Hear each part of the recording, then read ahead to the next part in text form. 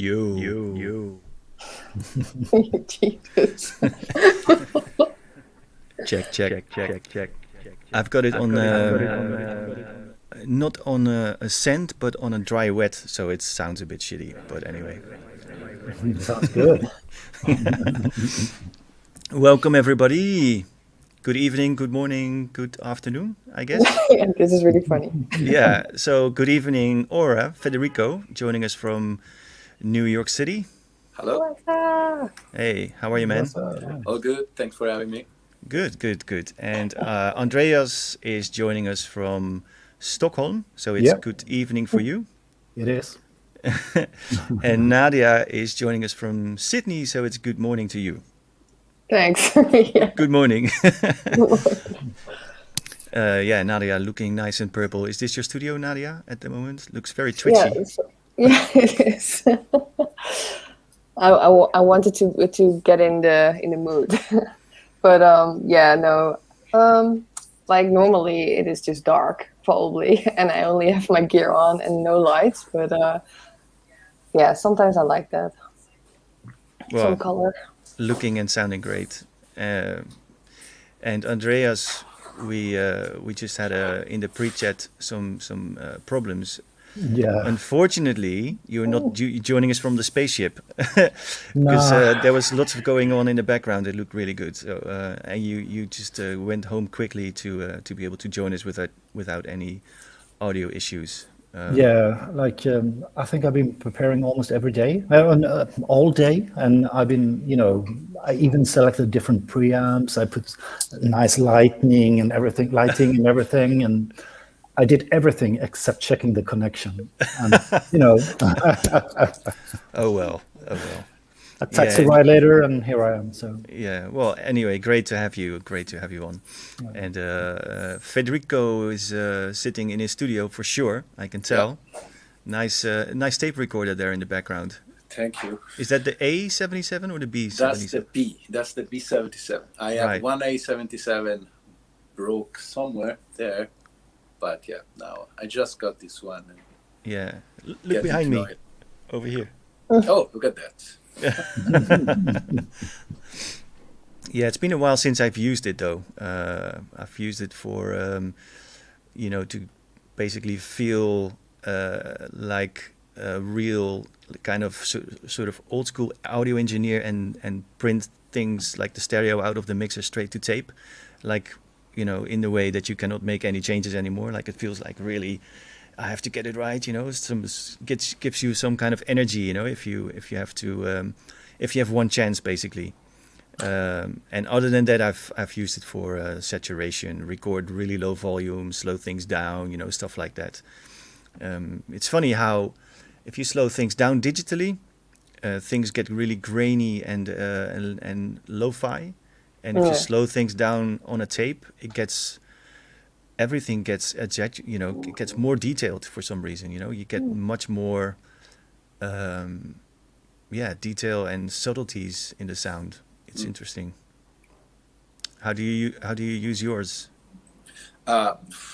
Well, mostly right now in your fashion, meaning that you said like I go straight stereo from my mixer into that, and most of the things I record and try to leave it as is.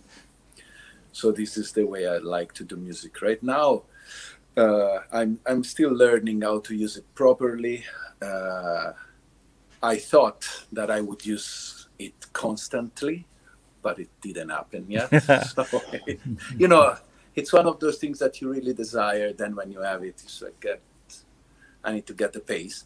But also I use it for a lot of ambient production. When you slow down, as you said, then it actually sounds great. So it is a very interesting tool. Yeah. So it's one of those cases where you imagine all the things you can do with it, and once you have it, it takes too much work or something. Is it the process that it makes it too complicated to use it or something? I wouldn't say it's an art process. It's just like sometime I don't have yet the studio set up in a very linear way. I'm still finding out what I like. So, and this is ever changing. So I don't know where to place it. And someday I want to use it as an effect box or as a delay, tape delay, or just for recording and then slowing down things. Sometime I want to use it as a final recorder instead of using Ableton. So it's just changing too much, and I don't really focus on where I want to place it yet. So it's still new. I'm have it since a couple of months. The other one that I had was broke, and I use it just as an effect box because it really had just one channel working. And so it was more for the, using the tape for the artifact that tape can add to your production, and not for real recording or having a final product with it. Right. And in terms of effects, is it just a recording and playing back, or are you actually using it, sending the signal back to itself and using it as a tape echo type device? This one I can use as a tape because it has the vari speed, so you can actually use like that. The other one was mostly record the same sequence, then slow it down, so basically would be an octave lower, and then play on top of it. So you basically use it as a background pad or atmospheric thing, and it worked very nicely for a lot of production in that way. Cool. I see a lot of people naming the things they use as props in the studio, like stuff they have sitting around and is just doing nothing and just looking good. And I usually try to sell those kind of stuff because it bothers me, but something is too beautiful and you keep it. That's Oh my gosh, I could never sell things. Like I'm the worst in that. Anything in your studio, Nadia, that is just looking good and not being used? I think back home I have the drum station, the Novation drum station. It's just like sitting there, and I have another EMX, like the blue one. I don't know why, but I had to have two, and it's just sitting there as well. I don't know. I have some other things like little effect things, and I'm just not using it. But sometimes that's how I work. I mostly use all the time the same things, and then suddenly I switch everything, and then I'm like using that. It's the same like a grilled cheese toasty. I eat that a lot of times, and then I'm done with it, and then I eat something else the whole time. It's just weird. So it's like you have phases basically with gear. Yeah, I do. Yeah, okay. Totally. Okay. What's your current phase now? That's a good one. I think I'm a bit like wait, I'm gonna grab it. I love the concept that there's some Cinti's pizza that will always be good for you. You will never I get have tired this of little it. one, the model, the sculpt, and it's actually nice. It's actually very light. And it's just basically. It feels really plasticky actually, but it's a really nice sound, and I just work with this like for half a day, and I just create 2-3 ambient tracks. So it's pretty cool. Is it? Did you use that on the album you sent me? Yeah. Can I talk about that, or because it's... Yeah, you can. Okay, I think okay. it's not out. It will be announced today. So. Oh, okay. I'm not spoiling anything, right? Okay. No. So yeah, so people have a lookout. Be on the lookout for Nadia's new album. It's really nice. You sent it to me, and I played it only once, but I played the whole thing, which is and I think the best way to listen to it. Just play it from start to finish. Yeah. So was what did you just show us? Modal? It's the sculpt. Oh, the sculpt. Yeah, was it part of the production? Yeah, big time. So I was already finished with my album. Maybe when I arrived here in Australia, I already was on maybe I had already 7 tracks or something. And then I thought like, okay, I just didn't like have inspiration, and then I just was like, okay, maybe I should be stuck with one synthesizer and just explore everything and just record everything one take. And then I just got like 3 tracks out of it, and was like, okay, my album is done. It went pretty quick actually, but it's pretty sci-fi. You can make it very sci-fi with the the reverb I have, the Strymon, the Big Sky. Yeah, it's pretty awesome. Actually, that thing makes everything sound great. But It makes everything sound expensive. yeah, yeah. Oh my gosh. Yeah, I remember when you were here. That most of the time that was your process. Just dive in and do things in real time and just play, Yeah, and until you hit like a nice 5, 6, 7 minutes, and then that's it. yeah, true. Yeah. Yeah, I can be I think that's my workflow, because I can have that hyper focus. I'm just gone, and then suddenly I feel like satisfied, and I'm like, okay, I think I'm done. And it can be half an hour, but it can also be 7 hours. I never know the time. Mm. How is that with you guys? Do you work the same, or do you have like different workflows? Or? Andreas, maybe. Okay. I don't know. It really depends. Yes, Jochen was saying before, I have a sort of a big studio, and I spend most of the time there. And when I'm in the studio, it's a completely different way of making music compared to when I'm at home, because I'm actually doing a lot of music at home as well. But at the time, I don't know. I have this little one. Oh yeah. And the 909 version as well, and I have the Nord modular from Clavia, and the machine drum, and analog 4, and analog heat, and analog rhythm at home. So when I make music that way, it's That's more than some people have in their studio. Yeah, yeah, maybe, yeah. But like when I go to the studio, I tend to go there and just stay there for several hours and just keep a loop going. And every now and then I would record something. But at home, I'm more focused. It's more based around the laptop and Ableton and actually getting things done. But in the studio, I'm just hanging out and, just wasting time, really. Do you feel that? Yeah, really. I mean, I, when I'm in the studio, and even if I'm not recording something and just fooling around or making sounds or doing whatever, I never feel it's wasted time. Because, No, it's not. No, it's not. Yeah, you always learn something and you get new ideas and stuff like that. So it's never a waste of time. No. No, true. I have the same, I guess. But is your studio far away from your home, or? Mine? Yeah. No, as you notice now, because 20 minutes by taxi. 20 minutes by taxi, and he actually went on a detour as well. So I guess it would be maybe 12 minutes by taxi. That's nice. But in these COVID times, I prefer to walk, which is about 1.5 hours. But yeah, not when you're supposed to do a live cast. You have to go back. So. Yeah, so true.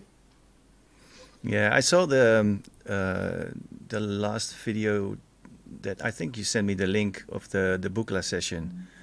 Is that your own setup? The Buchla setup? Yeah, it is. Yeah. Cool, man.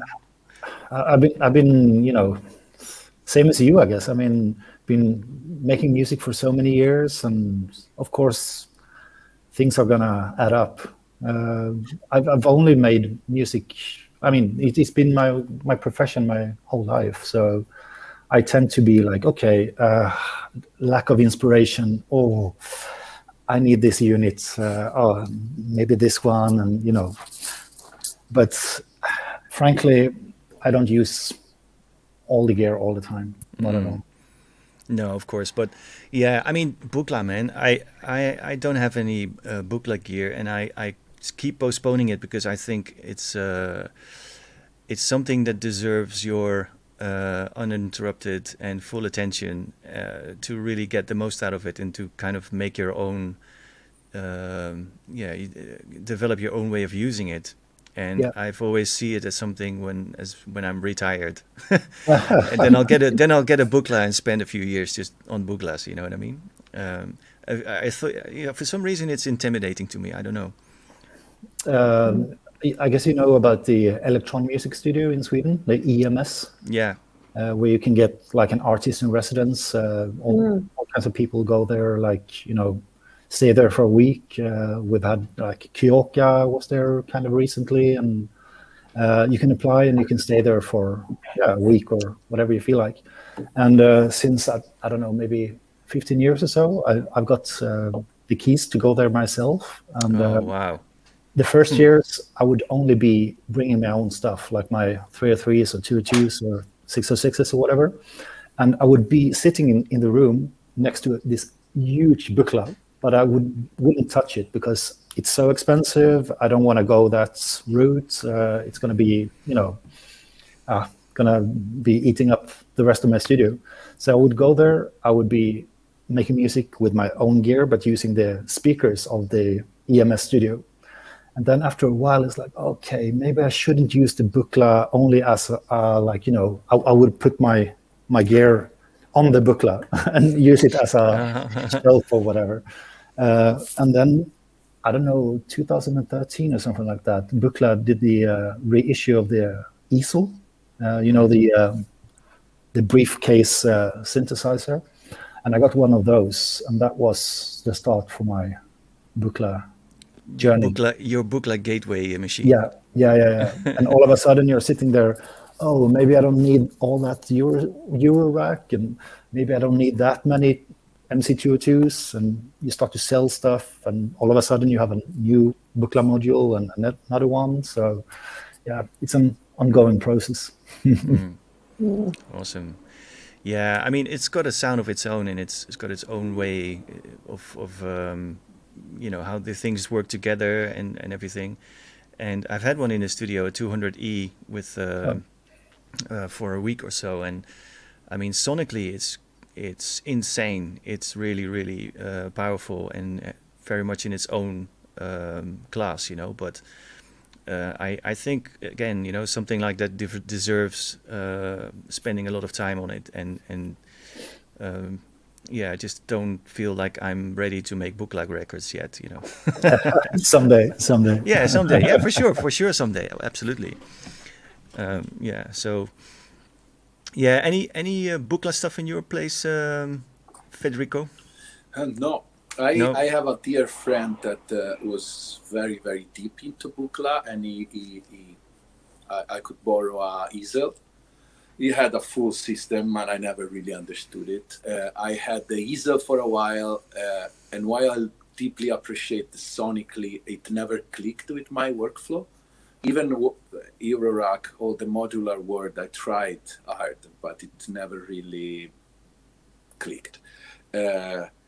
So I feel that it deserves a lot of patience and attention. And for booklet, to me, was a lot steep learning curve.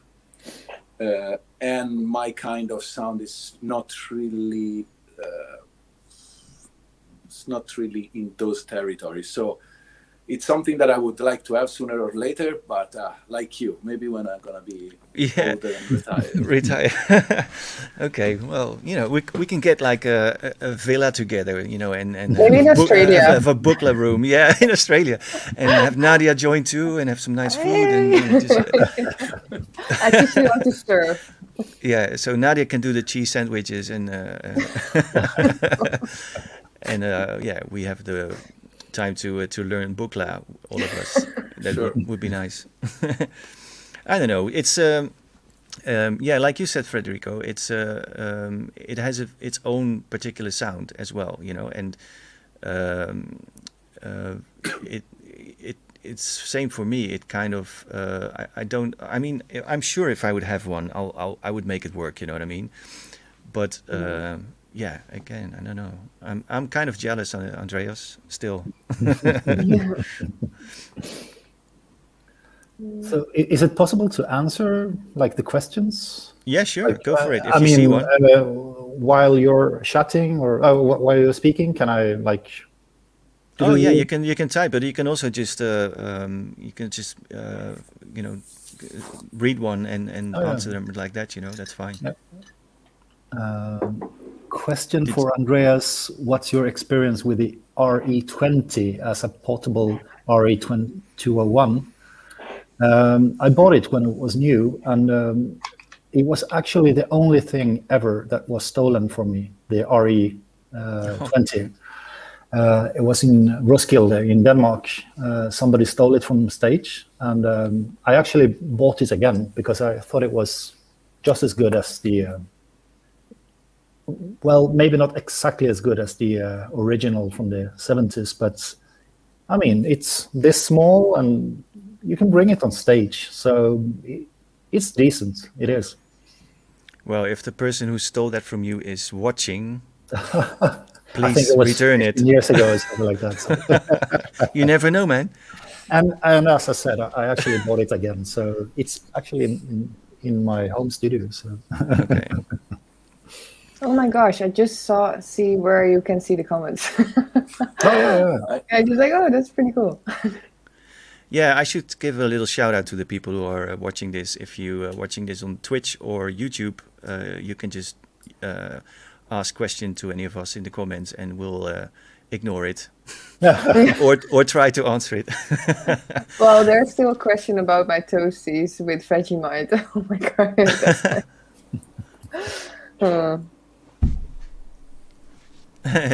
Oh yeah. Yeah. Oh, I don't like that.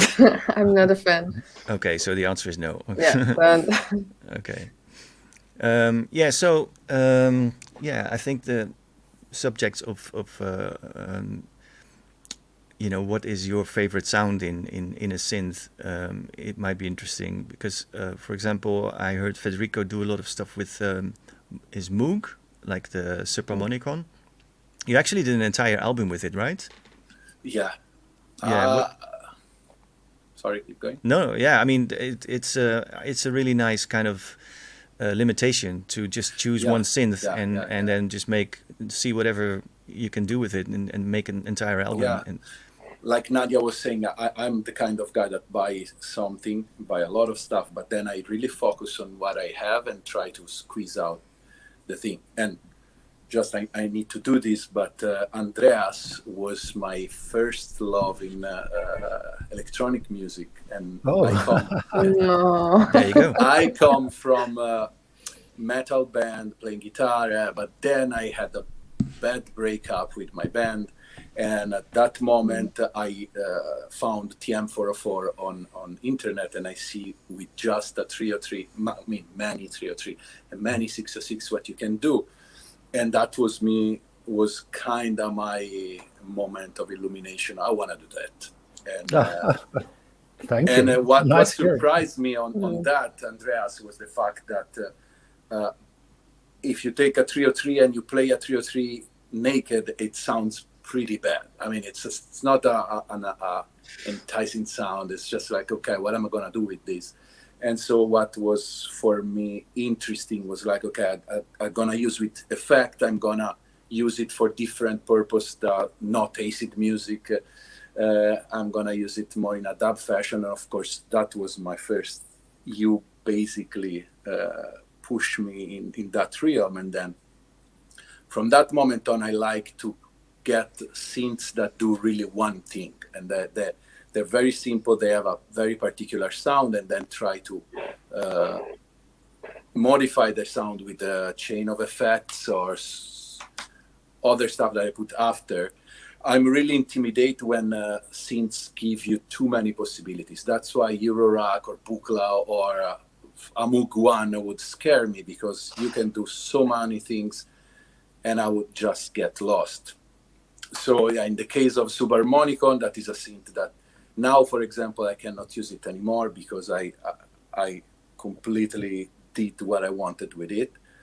It's just like I got fascinated sometime. I buy something, and in the first days you have this kind of a child relationship with it, because it's a true playing with it.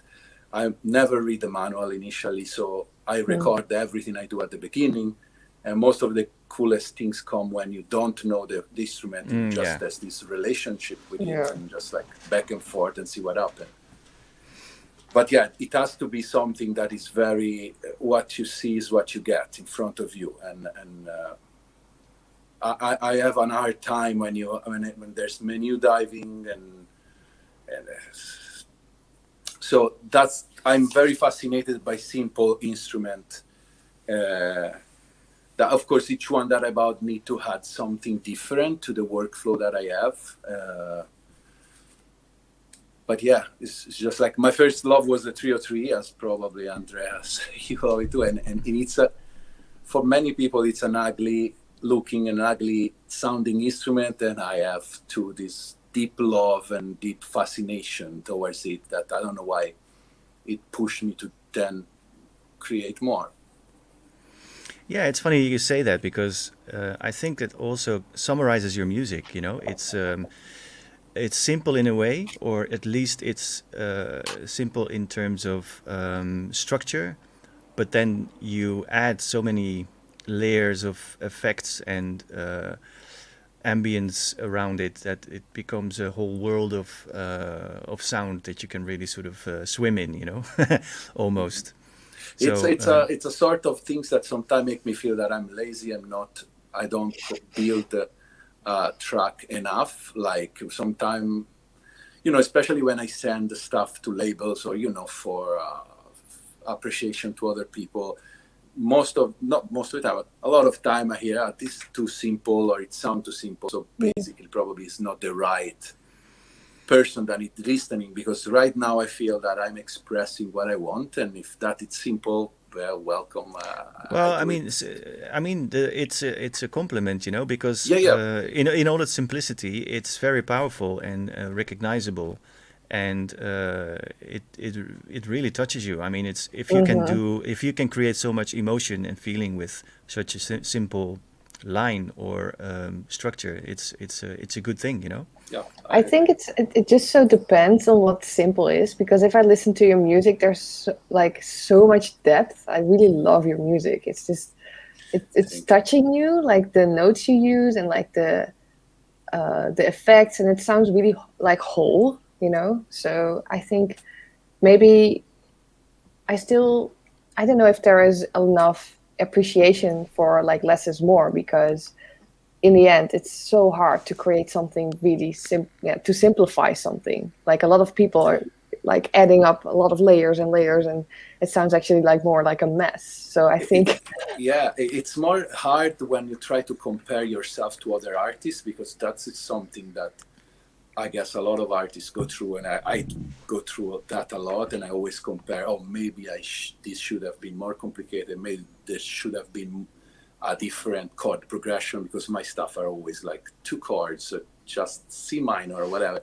So that's make me feel, I should make more complicated stuff. But then in the end, the things I like most and makes me feel more comfortable and happy is the one that really respects what is my workflow. And so I guess you got to embrace yourself in music and just like, okay, this is me, and if you can appreciate, good, but otherwise it's just what I'm doing and I'm happy, and it's a sort of therapy, I guess. And practice. But the search is never over, man. Never. If you're looking for your sound, or you're looking for whatever you think your signature is, and try to really sort of focus in a certain direction that you feel is really you and your expression. But then the next week or the next month, you think, I would still have done it differently. It's an ongoing adventure, I guess.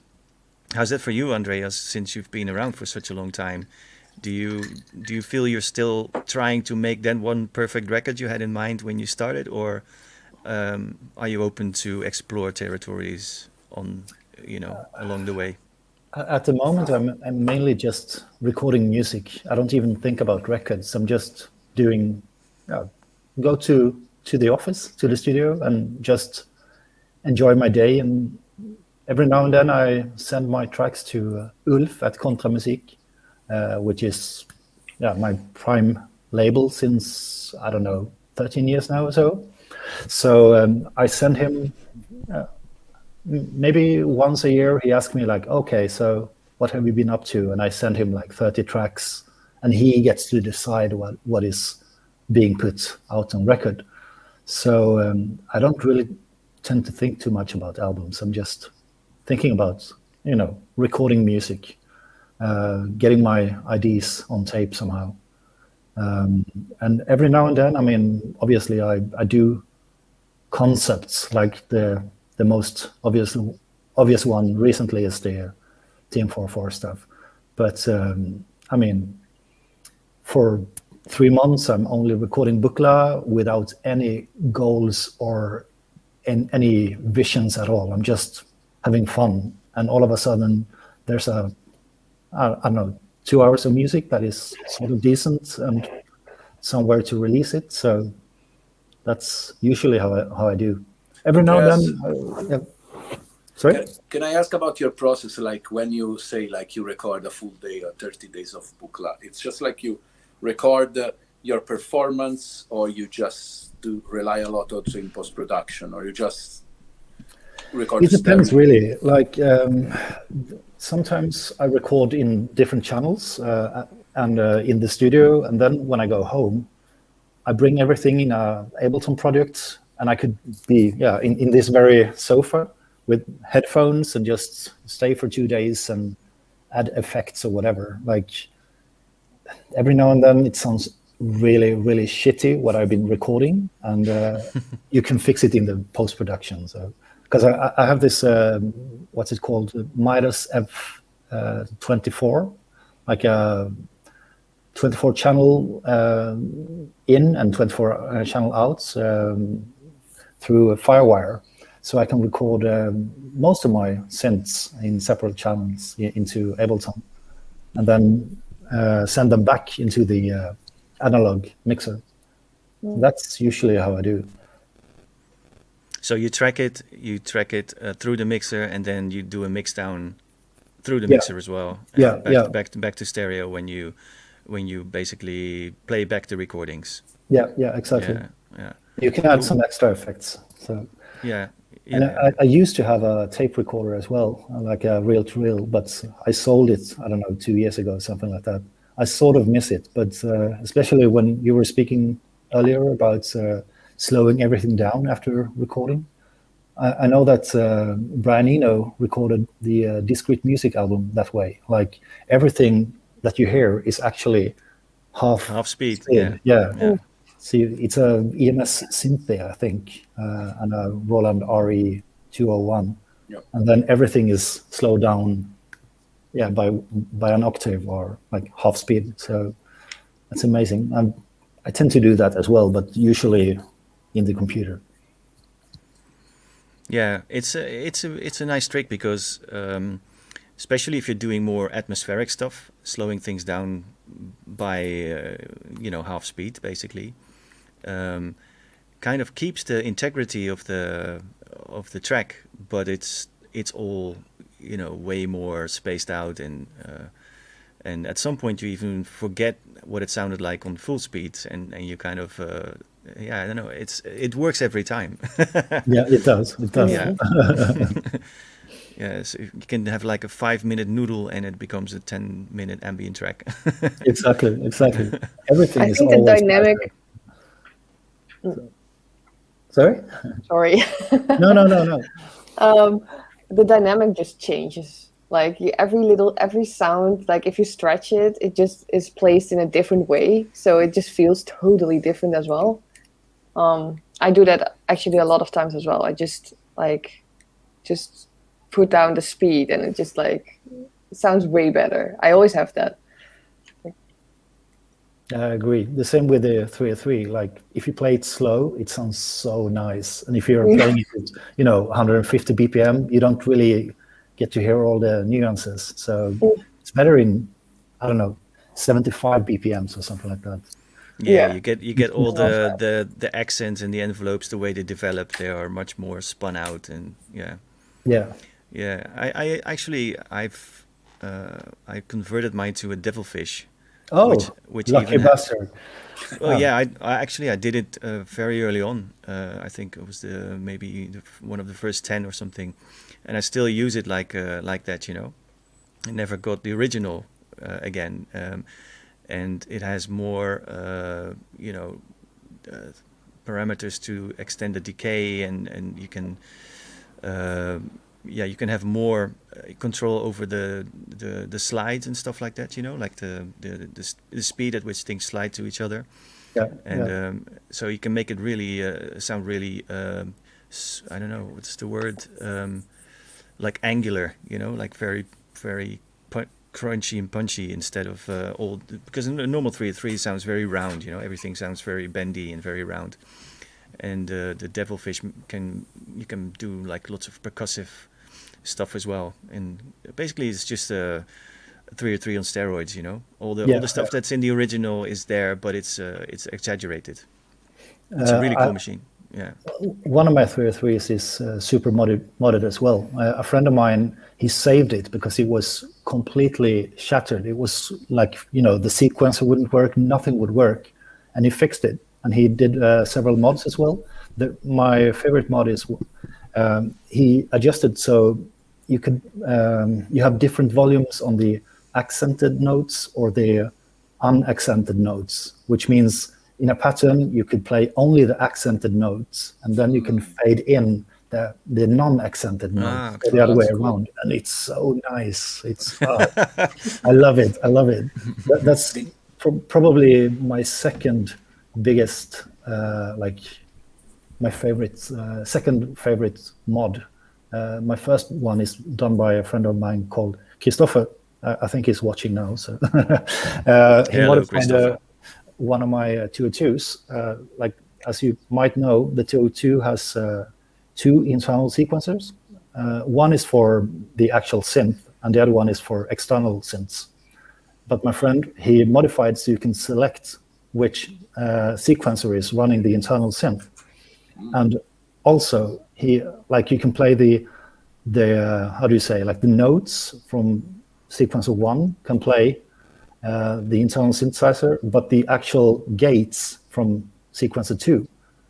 And then you could switch it while you're playing, which means if you program like different lengths, you take the gates from one channel and the notes from the other one, so you actually get to have more or less 4 different patterns running in one MC202. And I think it's actually his mod. Like, I don't think nobody knows about it, really. No, I've never heard of it, but it sounds really cool, because then you can basically do endlessly changing patterns by just having 2 at different lengths, and having the notes interact in different ways all the time they interact with each other. It's cool. Sounds really cool. Yeah, it is. I mean, you can do that with modular easily, of course. Of course. Yeah. Yeah, but it's cool to have the just the limitation of the machine. I never really became big friends with the 202, although I have one. Because it's a pain in the ass. No. It's a pain in the ass to program. It is. Yeah. Yeah, you say you can't be friends with a 202? No, I have it one too, and it's cool sounding instrument, but all the programming part is like, I don't know what twisted mind created. It's just like, Andreas, have you ever tried the Avalon? I have one, and it's just like I think it's basically as all the Devilfish kind of things, plus some CV compatibility and many other things, and it's very hard to find right now because the guy it's disappearing and appearing, whatever. Yeah, but it's I guess great. Every once a week I'm checking for it online, but there's nobody. Oh no, people bought it last summer and it's just disappearing. So it's just like. But if you ever had the chance, that's a very great sounding kind of 303 sound, plus a lot of more feature. So. Maybe this is a good thing. I mean, on our Discord server, there are regular discussions about people who want to get some type of 303 sound, and then you get these big discussions. What's the best 303 clone? Blah blah blah. So maybe this is the panel to ask people. Andreas with and OORA with lots of knowledge. Considering that each sound different between each other, I wonder. Is there people that say no clone will sound as better, as good as the original? Because that's what I heard a lot.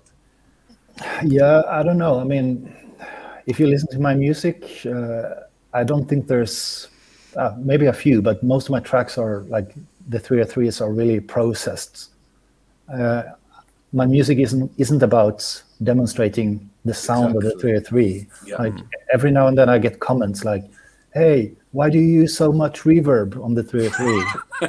That's great. But I'm not making music to like demonstrate the sound of the 303. I'm making music for various other reasons than to A/B testing synths or whatever. Yeah.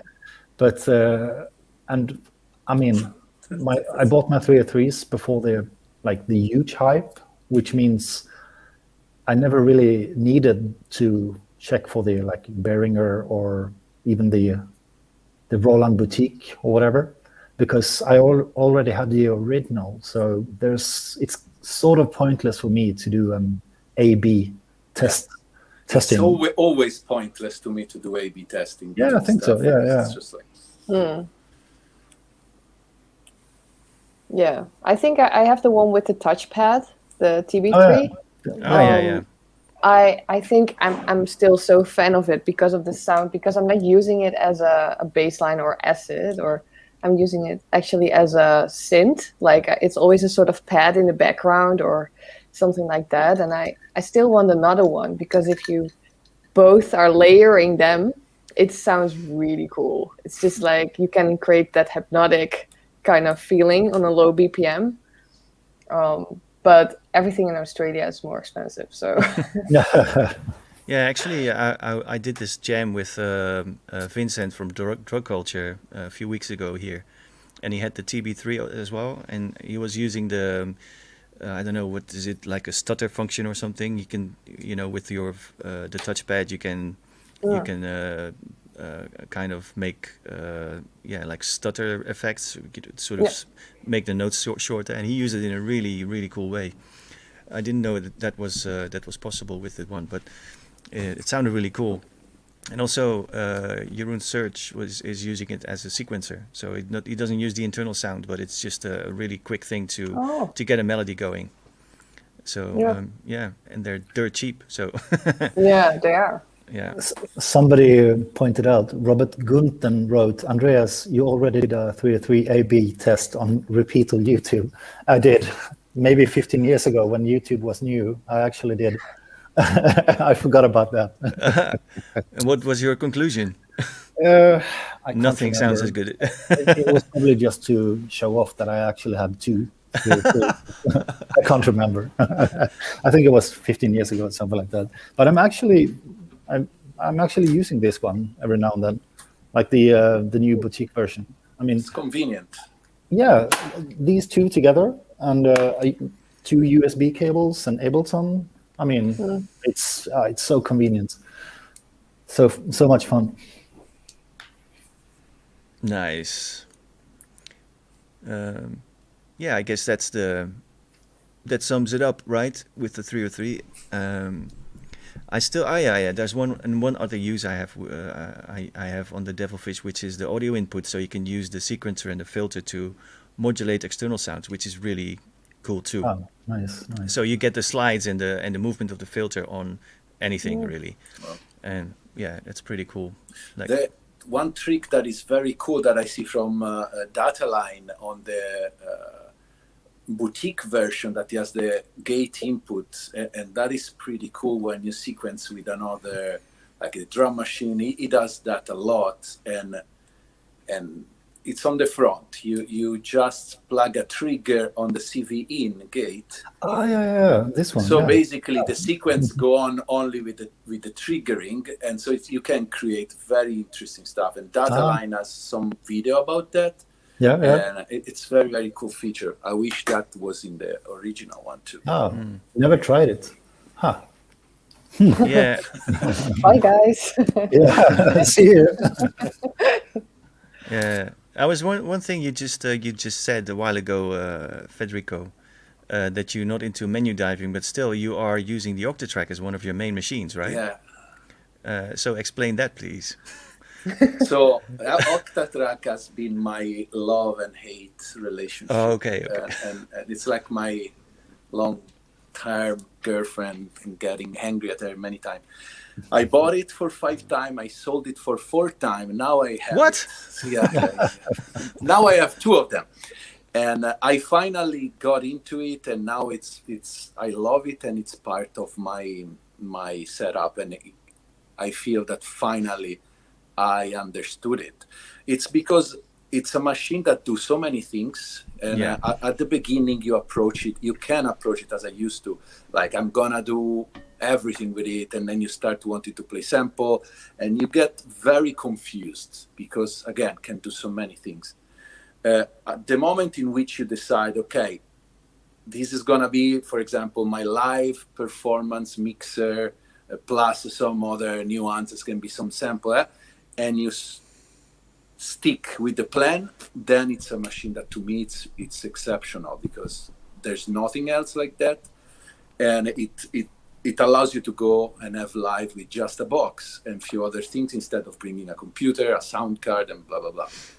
Plus, if you get proficient with it, with the resampling stuff, you have the power to do a lot of interesting stuff during live, with the scene, with the slider, and all the parts. That the more you use it, and if you force yourself to have that interface in front of you for a quite long time, that's the thing, eh? Maybe. Yeah. Then you get natural with it, and you start understanding why people use it all the time.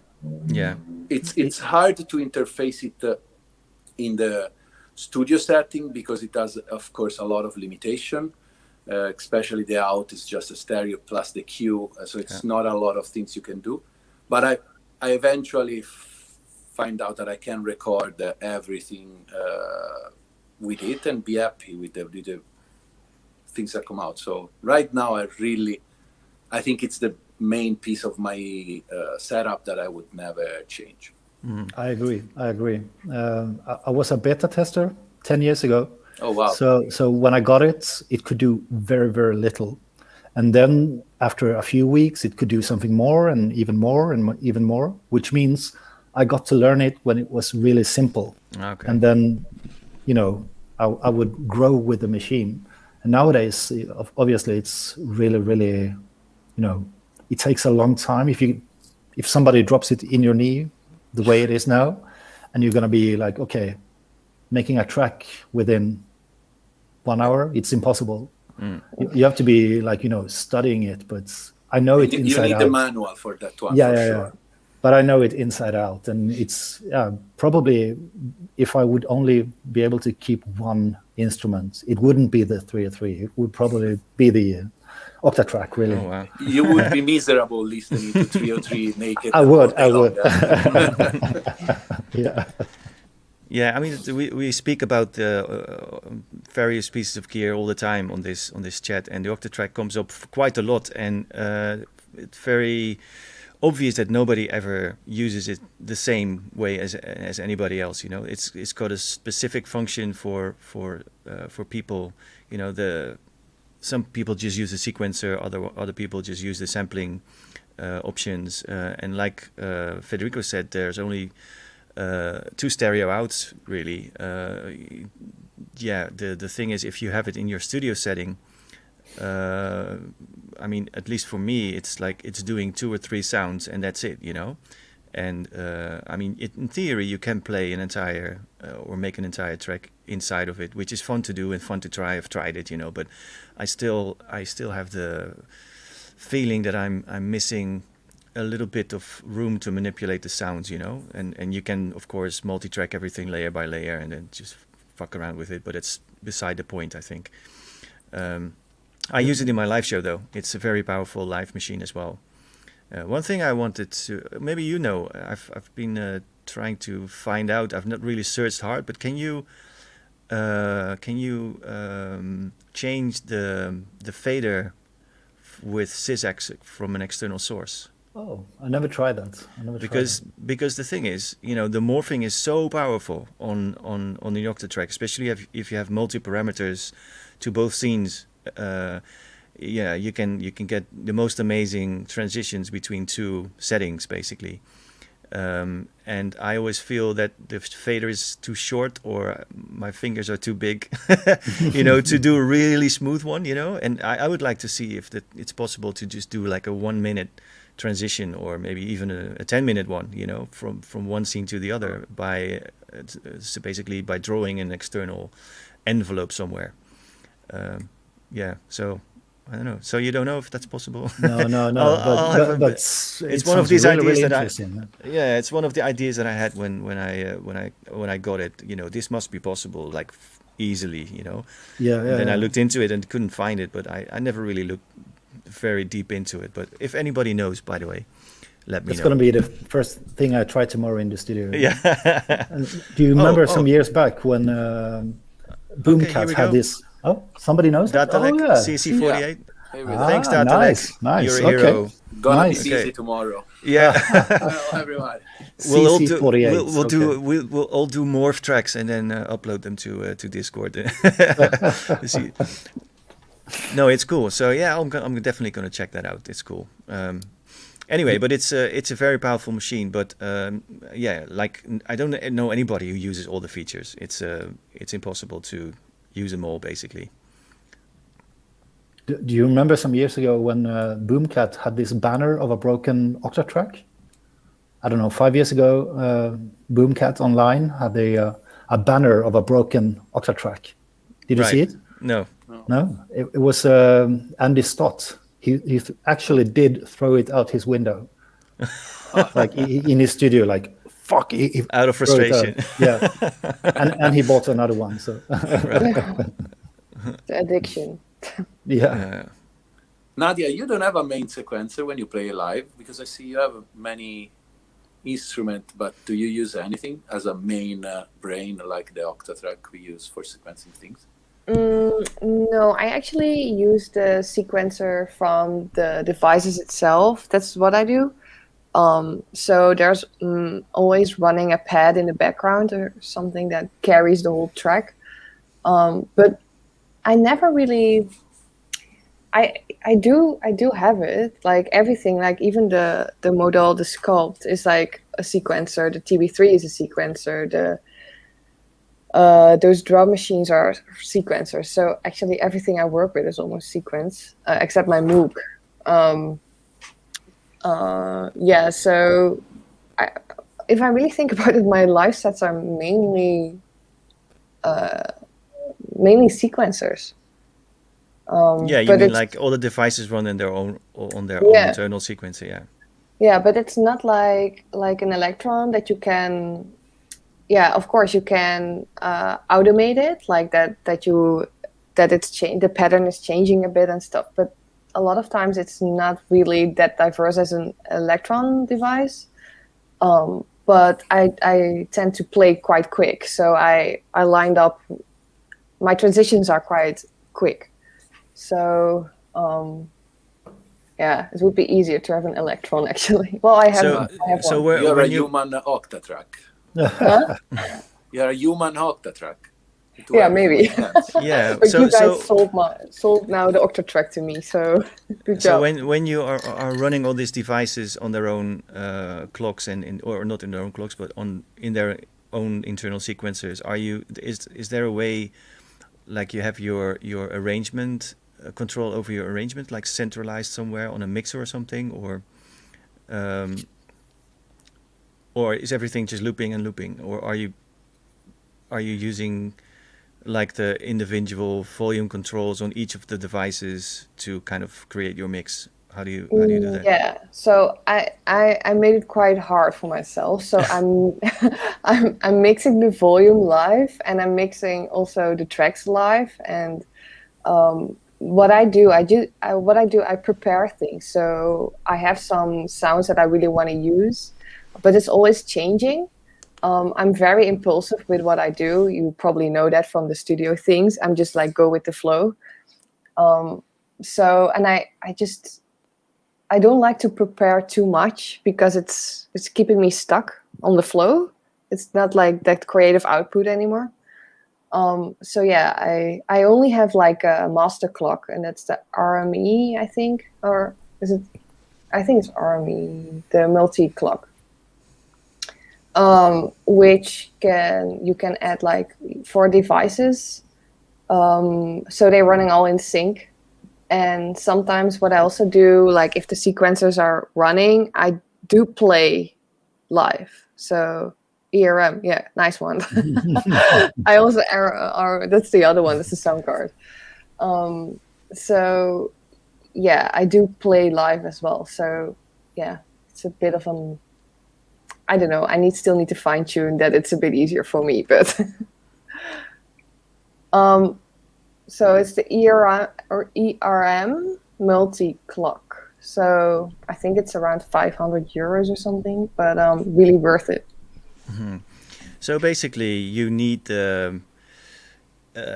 some kind of uncertainty in your setup. You basically have stuff running and you have patterns prepared, but you don't want to have too much control. Otherwise, you'll just be kind of, it limits your creativity basically. So you basically may have to make it a little bit hard for yourself, I guess, to get to the point where you can improvise and actually make music. Yeah, I recognize that. I'm the same. Yeah, I mean, same here. Yeah. If things are too prepared, it's like you're faking it. You feel like you're not doing anything. Yeah. And the best moments come out of situations you have to kind of rescue yourself from. Yeah. And you feel that adrenaline, like, oh no, this is going so bad, and then now I'm here and I only have 2 options. What am I going to do? Okay, let's go A or let's go B, and then just make the best of it. That's basically the best way of playing live for me, anyways. If there's a certain kind of danger to it and a certain kind of confusion and uncertainty. Yeah, and it's already with the equipment and the gear and all the cables, there's already a little danger in that, but then we like to make it ourselves even extra hard. Yeah, I don't know why. Oh, a question from Split Radix about OORA's headphones. This guy. I guess that's what he's talking about, yes. Oh, I just broke it. Oh, no. No. Split Radix owes you a new one. That's not a good advertising. Damn, look at that. Now I get to see how they look inside. These are the Audace LCD2 that are very good and very expensive, and these make me very happy right now. Yeah, well, if ODs are watching this, please send a new one to the OORA. No, it's just just unglued. Motherfucker. All right. But yeah, when I use a lot, I live my studio is in a New York's Brooklyn studio, and I have great neighbors, thank God, but I can't really push it all day as much as I want, so I heavily rely on headphones because I'm not at the point that I can afford a real studio here in the city because it's bloody expensive, and so this is I'm lucky to have a very nice space, but yeah, headphones are very important for my workflow. Yeah. They used to, because now they're broken. So send some donations. Yeah. That donate to people that need it. I'm fine. I'm fine. What about you, Andreas? Do you like working on headphones, or do you have studio monitors that sound better to you? Every time I'm here at home, I work with headphones. I have a pair of Spirit Focal, I think, because I have focal speakers in the studio as well. I think they translate sort of okay, actually.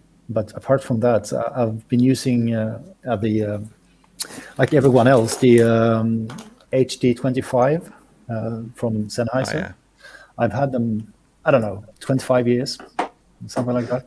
Like every now and then I lose them and I buy another pair, but I've had HD 25 for about 25 years. So, but I think long sessions. They are very uncomfortable, right? Yeah, So they squeeze you. You Yeah. feel like your head gets smaller when you're wearing them. But Yeah. for Yeah, DJing, yeah. they are amazing though. I love them to play when I'm DJing. Yeah, Mhm. yeah.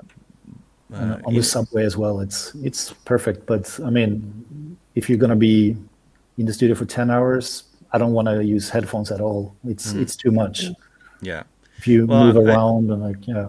Yeah. I always work on my speakers, but when I check the final mix, I just do like a quick stereo field check. Just make sure there's nothing out of whack, in the stereo field. But that's pretty much it. Yeah. I use them as a second opinion kind of thing, Not I try not to work on them.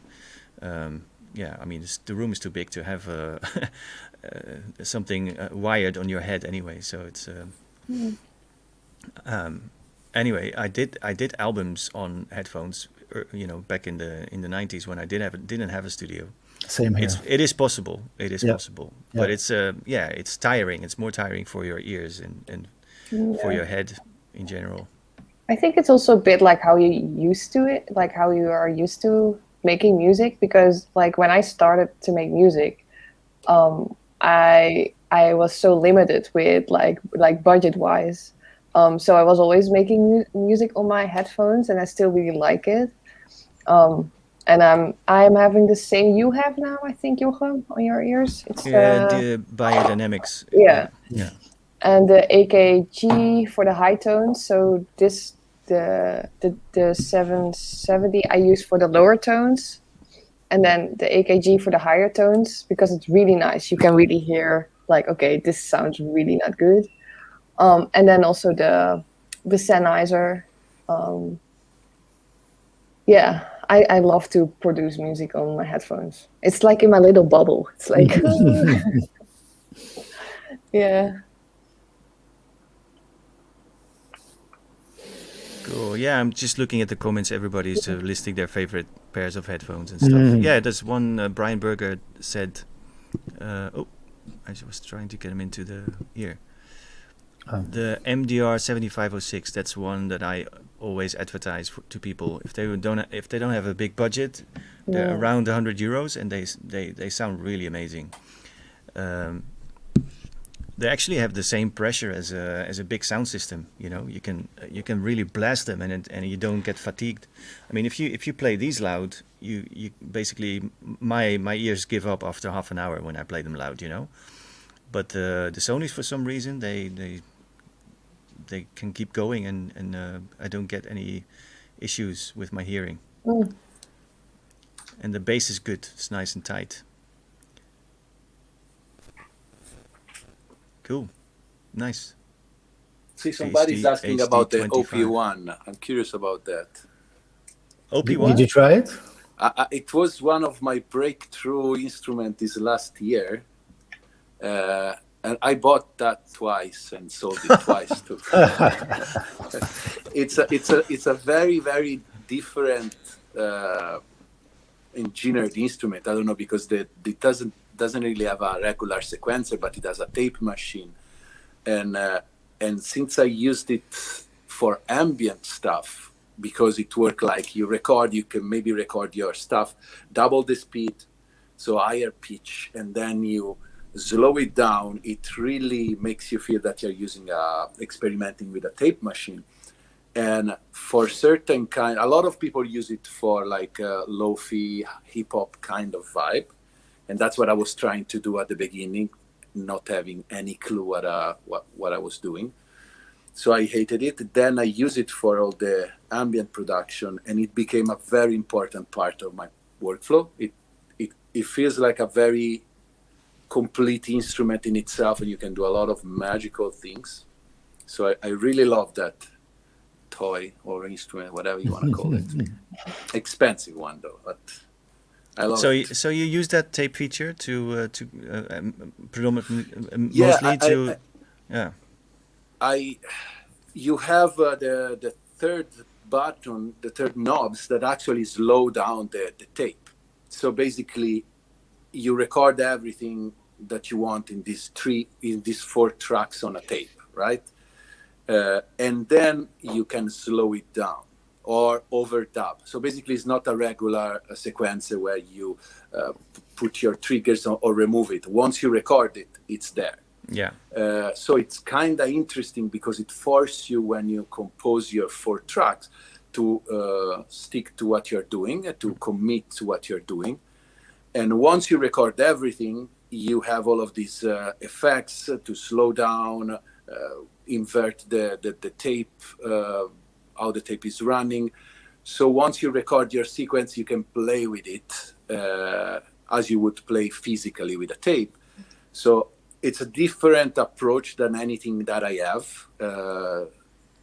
So to me was really, when I learned how to use it, I was surprised. Oh, this is a very different instrument. So I always recommend to people, it's just you need to fit it in your workflow and know what. It's like the Octatrack. You can buy it and not know what's going to do for you. But if you find the right place in your workflow, I think it's an amazing instrument. I wish it cost half of it what it costs, but Yeah. you know, it's design. Yeah.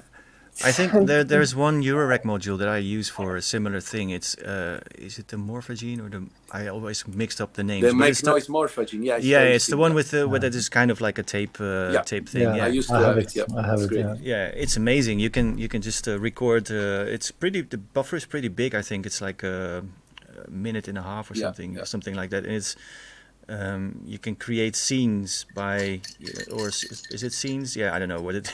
I always get confused. I know where the button is, but you can zones or whatever it's called, and then you can switch between them and sort of reorder them. I think it's called splicing. Splices. Yeah. So you basically can, and you can scan through them, so it gets almost like granular in a way. Yeah, without any screens. That is really for the not faint of heart, though. Yeah. No, but it's really nice to.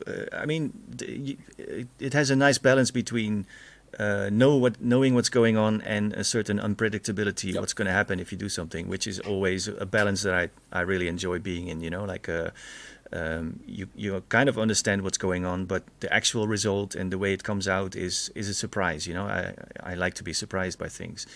Not to the extent that it can go anywhere, but just you get irregular things that you cannot imagine, but you still kind of steer towards. You know what I mean? Controlled chaos. Yeah, kind of. Yeah. They do that system, Make Noise, that I used to have for a while. The tape microsound system that it's very, very good. It's a very well thought system. Thought about having a tape recorder and then modify like you used to do with concrete music, kind of. So that one is very fun to play with, to just spend hour interacting with the sound and then mangling it. It's a very cool one. Mm. Yeah, it's a different way of ordering your sounds. It's instead of, like you said, like with the OP1, you make a decision and you kind of have to stick with it, which is sometimes that can be good, commitment. Yep. Yeah. There was a question from Claudia Cass for you, Federico. Oh yeah, have you a motor speed? Yes, the tape, not the A77, but the B77 has a 2 speed, 7.5 and 15. And that is the main speed of the reels. And then there's a knob inside that you can control by hand, and it lower or make it faster by a lesser amount.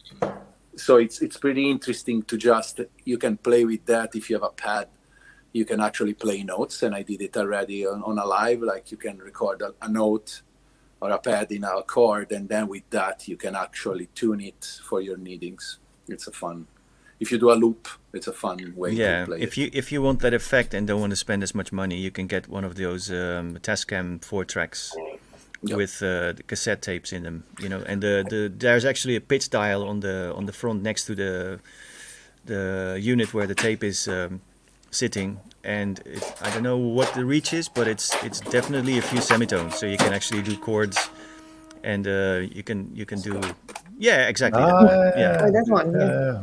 Thank Yeah, God yeah. I bought it before Cortini make it very expensive. Huh? Actually, I used to have one Yeah. in the old days, and I sold it, and now I got one back again. And I used to only use the preamps and not use the tape at all. Just use the audio mixing. input. Yeah, just the inputs, and then just use the sort of saturation, because the gain goes from mic to line in without steps. So basically, if you have a line input there, you can just gain it up to such an extent that it's just completely distorting. But it has a very nice sort of warm distortion on the preamp. It's not as harsh as some mixers when you do it. So it's cool. It's nice to make Rotterdam old school gabber music. It works great.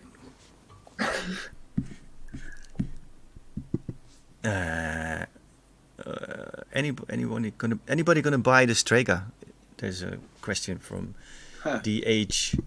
Well, we actually spent the whole last episode talking about it. Yeah, I watched it actually. Okay. I was there too. Yeah. I have the Make Noise shared system, Okay. or like my take on it. I bought their case and most of the modules that you get with the shared system, but I've been replacing some modules.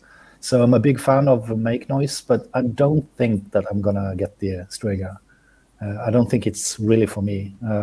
I like the sound of it. I like the sound of Alessandro Cottini as well, but I think I've got better ways to make that sort of noise, like the Buchla, obviously. So I don't think I'm the perfect customer for the Strega. So do you have a lot of UREC going on in your studio, Andreas? I used to have like, I don't know, 2-meter tower or something like that. But then I got into Buchla, so Okay. so it's been decreasing. Fair enough. But Fair enough. yeah, I think I have. I don't know. I've got the shared system and maybe 4 rows of various like mutable instruments and IntelliGel and stuff like that. So Yeah, what I'm always interested in is that everybody's approach is so different, building a system. And my latest, basically the way I look at it now is that I have smaller racks or smaller, skiffs or units, just 1 row high. And I put together stuff that sort of complements each other and keeps like a focused small instrument, instead of having the massive wall approach where you can just do pretty, like where the possibilities are completely endless, yeah. I like the focus, and I also like to think about how things can work together, and to me it makes me explore the units more, like the individual units, more than if you're just behind everything at the same time and you kind of reach for the things you already know, and if you have like a smaller system, then you kind of you're encouraged to dive deeper basically and get more range out of it. Yeah, that's why I like the concept of Strega, or what was the Zero Coast. It's because it's a self-contained instrument. Still want it. Yeah, I will probably buy it, and probably I will resell it in a few months. But, and buy it again, right? Yeah, exactly. But in this case, of course, I'm a huge fan of Alessandro, and even his music for me has been extremely influential. So when he does something like that, I'm very drawn to it, and I'm curious to dig into his concept and also what Make Noise did. And I love the fact that it's an instrument that might sound complete by itself, except that you need a sequencer, I guess. But I love that idea. You have some modular capability, but in a very small footprint and a self-contained unit. Experimental one. So I like that approach. I feel it goes very similar to what Somais did with the Lyra. So having I have the Lyra and I love it, and it's just like the voices plus the delay. So it's a kind of a similar architecture conceptually, I guess. Then I have to try it. I don't know. how the Strega will perform. But I love this concept. They come at a high price. That's the only thing. It's just like I would like to try so many of it, and then it's just like it's very. I'm always afraid that can tie to a very limited sound palette or a very limited workflow. So it's just when you invest money on that, I need to be sure that it will do something for me. I don't know. Yeah, I like the kind of sort of move towards self-contained instruments. You know, lots of these Euro rack makers, they are like also, for example, Dreadbox stuff. You know, is really nice. Lovely. I love Dreadbox. And the cool thing is, you know, it's got it talks to everything in your studio. It's got like MIDI and USB and also CV and gate and stuff. So it interfaces really well with the rest of your studio, and still you have this small focused box with a massive range. So I like basically I like this format. You know, I like it better than having a massive wall of individual manufacturers' units that you somehow have to make to work together. It fits my workflow the best, I think. Yeah, I agree. Also, it's if you have a smaller one, it's easy to bring at home as well, which I really enjoy. Like, you know, sometimes when I get to the studio, you see all the gear and you're like, it's too much. You can't really focus. It's so nice to have like just a small piece of gear and you bring it in the bus back at home and a pair of headphones and just a tiny synth, and yeah, that's all you need. Yeah. There's this friend of mine that, I don't know, you guys ever heard about Samples from Mars? Yeah. Okay, he has the studio close to me. We are friends, and he has the most dream studio I've ever seen. He has all the weirdest synth, all the weirdest and well-known rack instrument. And he come to my place once, and I have a very simple setup. And he was like, "Oh man, I'm really jealous about your setup because you have everything you need in front of you. You can play with your thing." And I was like, "Are you serious, man? You have everything that a man can, that an artist can desire." And so it's interesting what you said, because it's true that sometimes having too many things can actually take out from the creativity, rather than sit down and have 3 or 4 things already plugged. And I guess it's less intimidating sometimes creating like that. Yeah. But then, of course, you also want to have the full walls, like divine kind of thing. But it's a battle between too much and too little, I guess. I think I was always taught in the beginning when I started to collect like gear, like don't do too much, like don't get too much, because you will be overwhelmed, because you need to learn that stuff and that. And then actually I created a sort of pattern for myself. Like every time when I buy a drum machine, I can buy a synth, and then I can buy an effect. And then I have like the whole, and then I go back again to that. It's just a bit weird, but That's good. yeah, I thought like then I have a sort of system, because I know like when I start again with the drum, I can buy again a synth, and no, I should stop. Do you always also have like this rule for yourself? If you buy a piece of gear, you have to make 5 tracks with it, or something to justify its purchase? No, I never, because I see it also like I don't know. It's just like an how do you say that? I buy something because it can translate what I want to say, something like that. So it doesn't matter if it's like 5 tracks or 6 tracks, even if it's like a little bleep, then I'm already happy. Then I'm like, okay, this was what it's meant for, and that's fine. But yeah, it's always like sometimes I get something and I feel like totally not connected with the machine, or it does not work with my workflow, and then I get rid of it as well. But that happens rarely, I think. I really study and like watch tutorials and like totally dive into. I don't read manuals as well. I don't like that. But I do watch tutorials like a lot of times, because it's they it's just a nice, how do you say that? It's good to follow. Yeah. Yeah, I mean this time is great for that. You know, you can just on any piece of gear you can find tutorials or even stuff that is not in the manual. You know, that people explain online. It's pretty cool.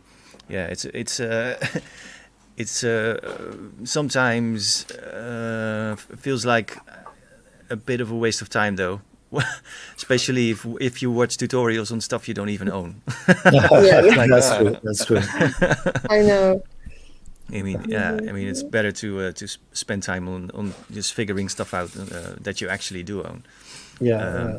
Sometimes I'm actually doing that. Like you search for a piece of gear that you're, oh, I really want to do this. I really want to do that. And then Yeah. it turns out that, oh, this machine that you already own can do exactly that. Yeah. So Yeah. sometimes I take long baths in the morning and I just, watch YouTube for 3 hours on a piece of gear that I've had for 10 years. And I'm like, Yeah. oh yeah, nice. Yeah. Yeah, I don't need to buy anything new. yeah, that's Yeah. so nice. Yeah, I mean, to me, it's to be honest, it's not really what a piece of gear can do. It's what you can do with it. You know what I mean? Yeah, It's of like, course. I mean, there's so much stuff that is very very simple and very limited, and therefore very productive because it just has this limited capability, but it always delivers something. You know what I mean? So it's. I'm not really too fussed about fully featured things. If it's simple and it sounds nice and it does what I want, then that's cool enough for me. Actually, I was watching some of your videos, Federico, and you seem to be a pedal collector.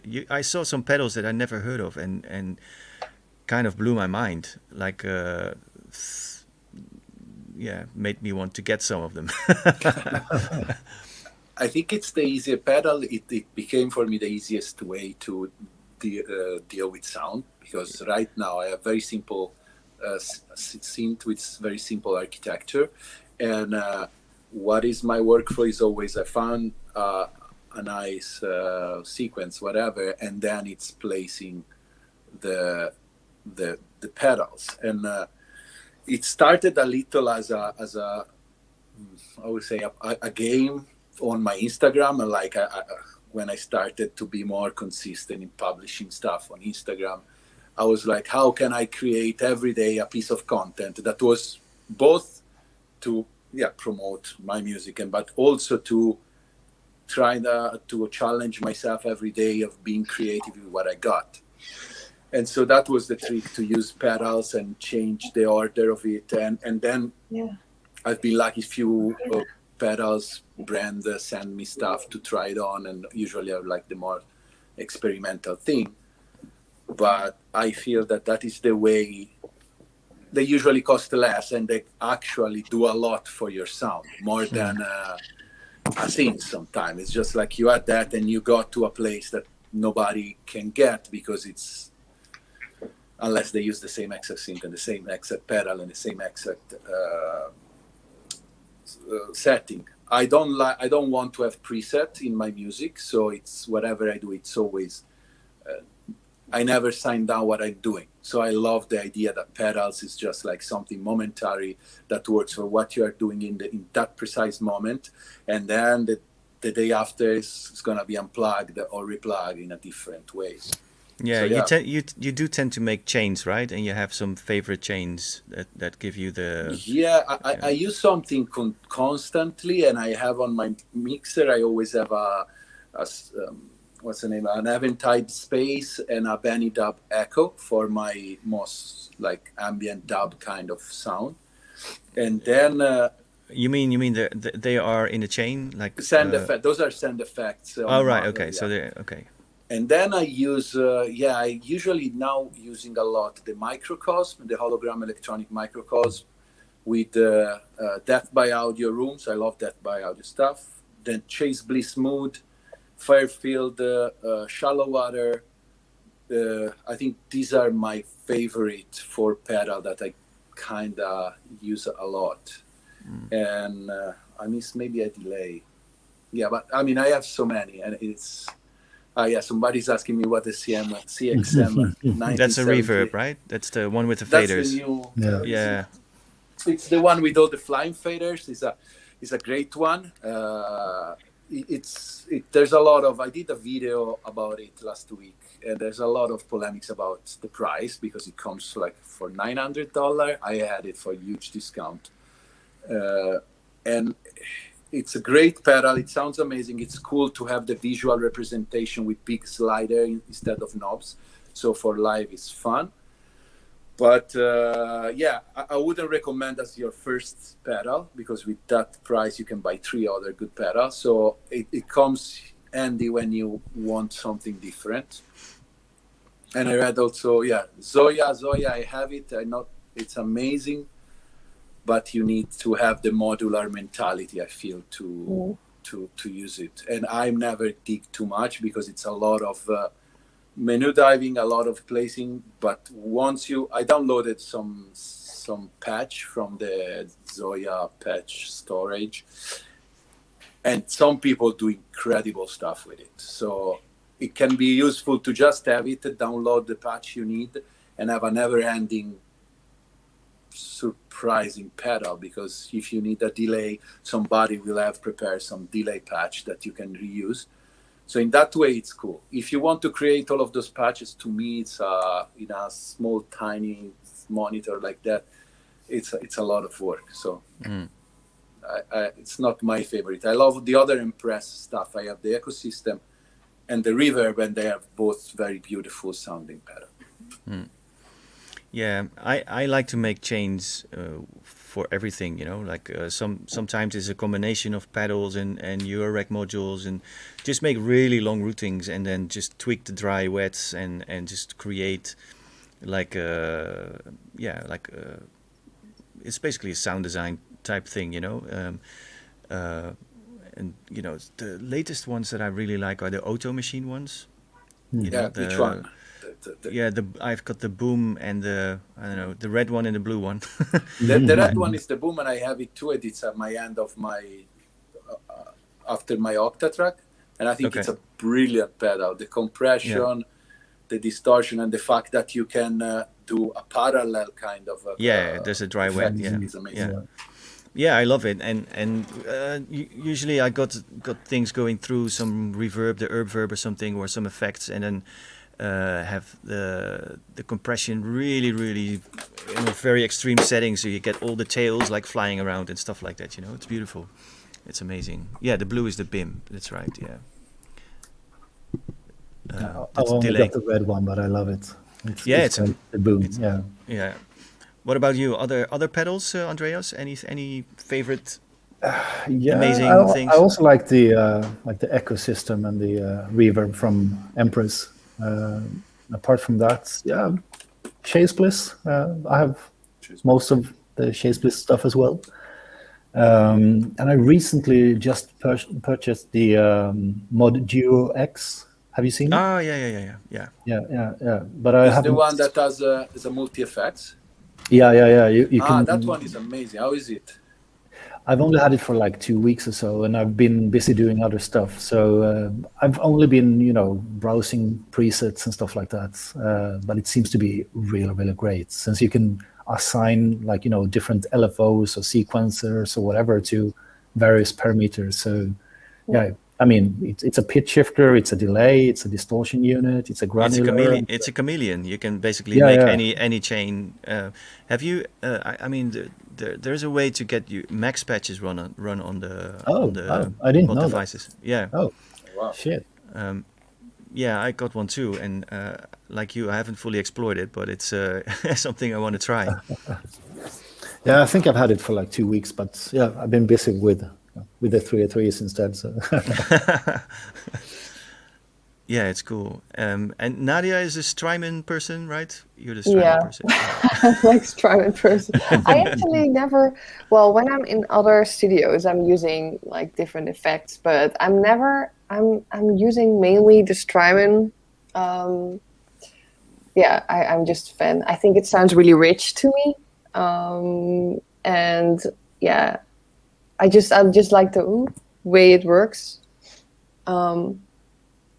So I still need that period in my life that I'm fully like diving in all the effects and all the pedals and stuff. And only focus on synths and sci-fi sounds that I'm like, maybe it will be my next chapter that I'm more into that. But yeah, it makes this every sound so much more complete. So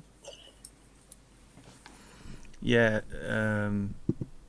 they're asking which one you were talking about, Andreas. It's the Mod Geo X. from Mod Devices. Yeah. Yeah.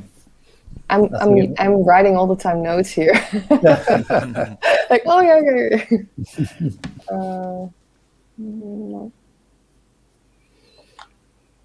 Yeah, while you're writing it down, I have a question for all of you, which is always an interesting one to get a conversation going. What do you do when you get stuck? Run away. No.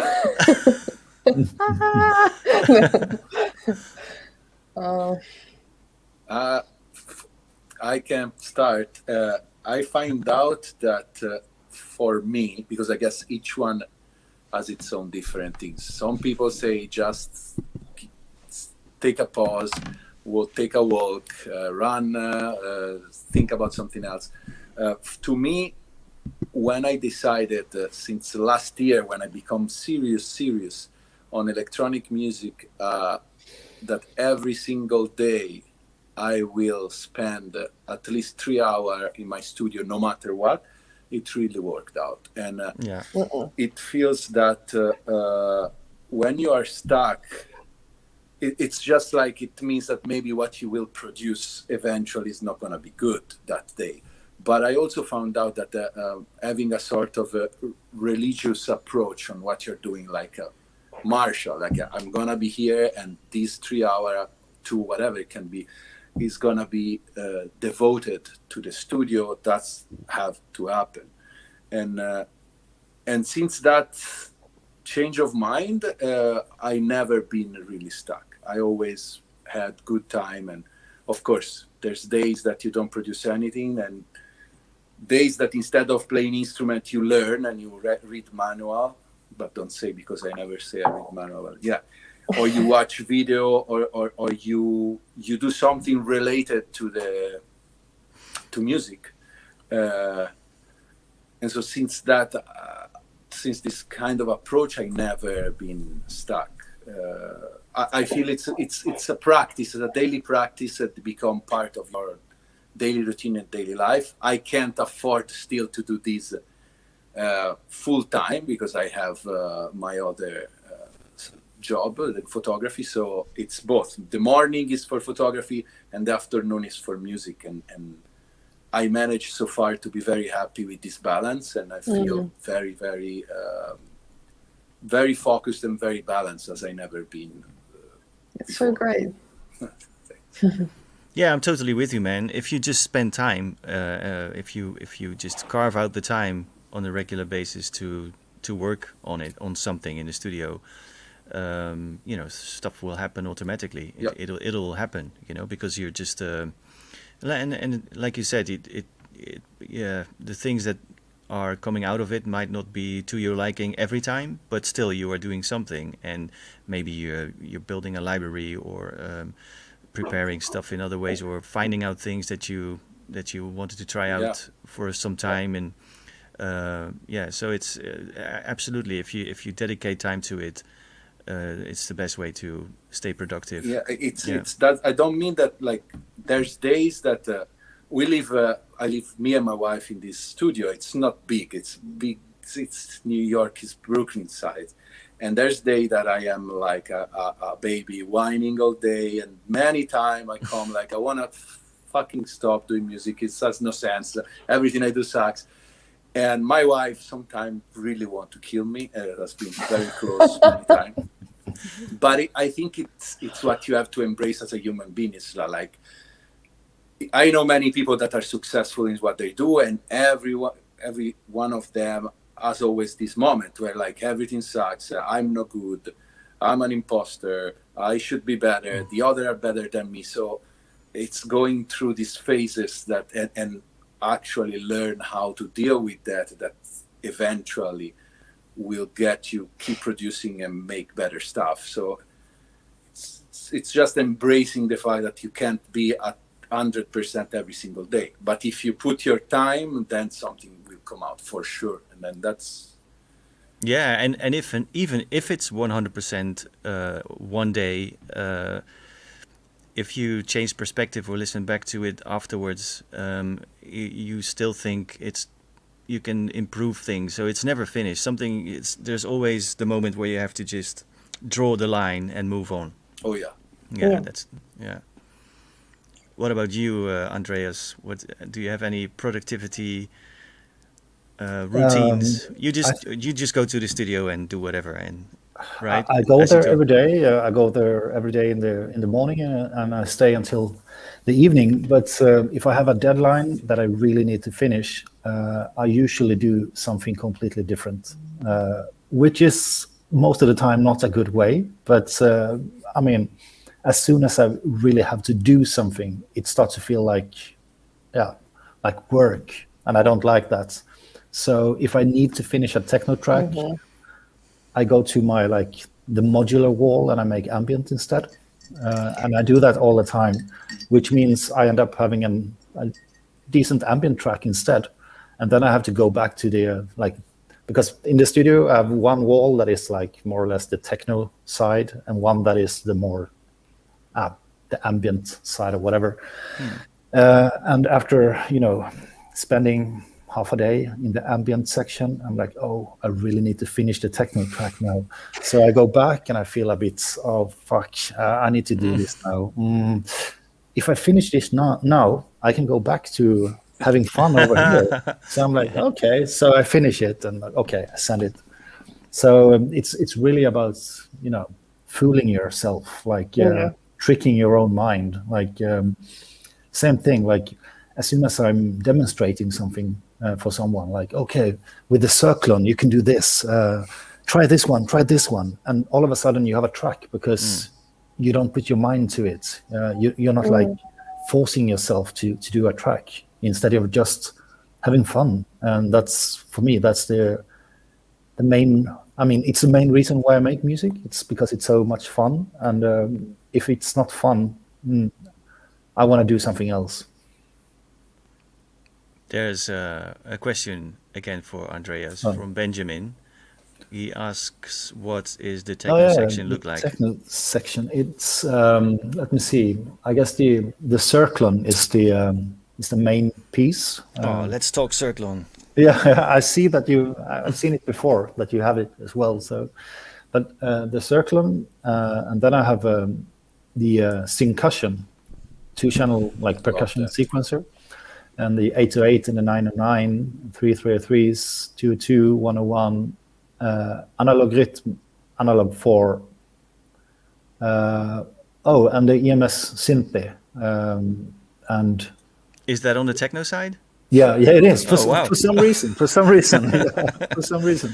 Yeah, it used to be on the modular side with the Euro rack and the ARP 2600. Okay, well that's interesting. Tell me how do you use the Cinti for techno? Because I've owned one for 30 years, and I've tried it in that sound, but I always end up doing really spaced out stuff with it, Yeah, exactly. Thanks, man.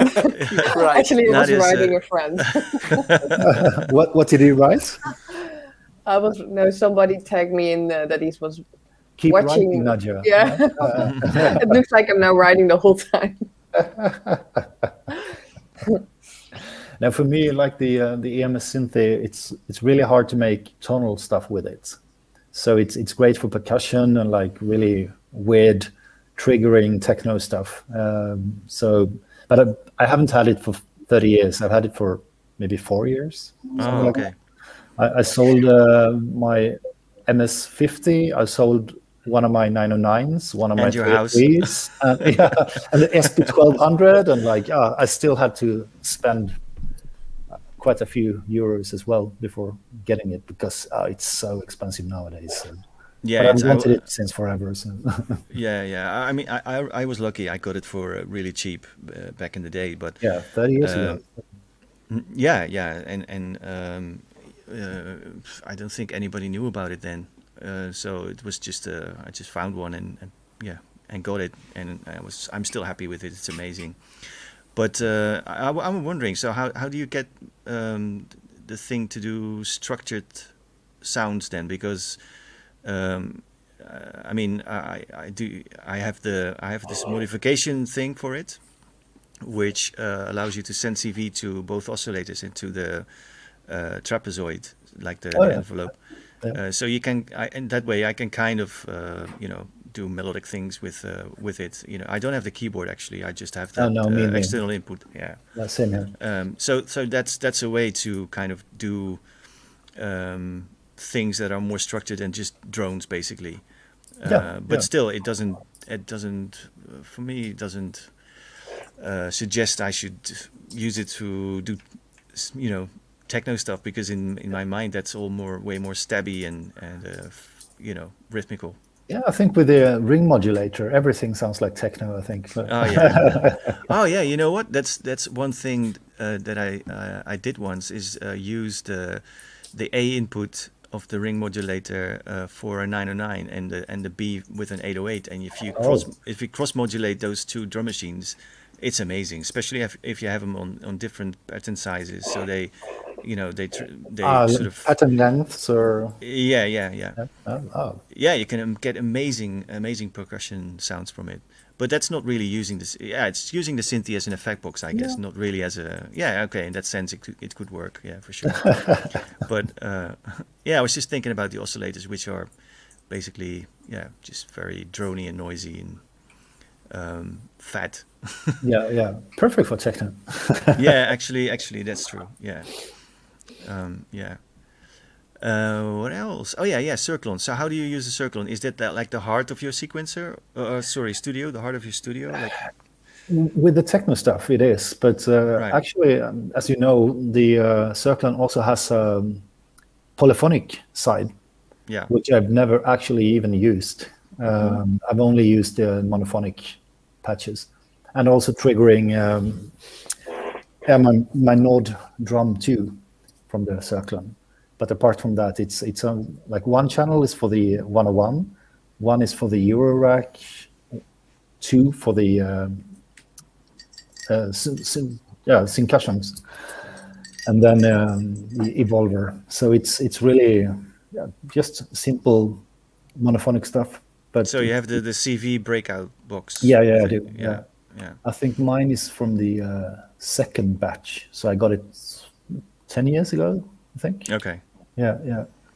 But I borrowed it to a Swedish manufacturer for 2 years. So I got it back like a year ago. So I'm sort of rusty with it. I've been using the social entropy engine a lot instead. But now I'm slowly getting back into the Circlon again. So yeah.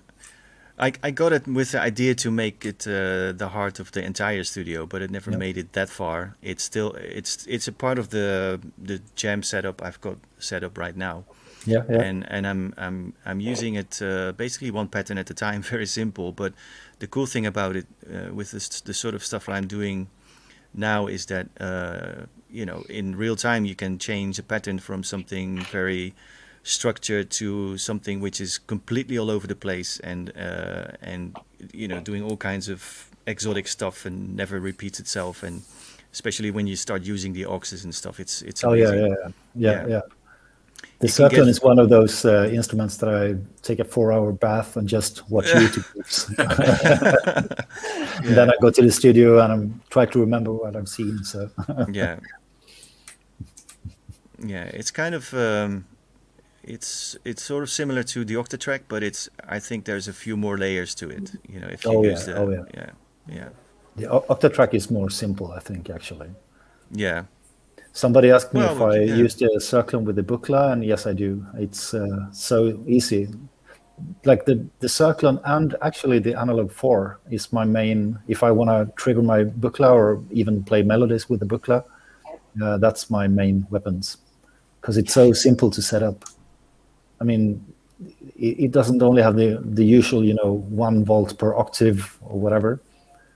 So both the Circlon and the Electron Analog 4 is what I use if I'm not using the like the actual Buchla sequencers. So it's good. Split Radix is asking if you use the aux events on the Circlone. Depending on which ones. I mean, I know there's one where you can have one channel playing the other channel, right? That you can affect, which I've never managed to do. Like one channel is affecting the other channel. I haven't done that. Do you do that, Joachim? Yeah, but I think there's a whole list of stuff you can make it do, and you know, of course, the first thing you try is try them all, and see where you end up.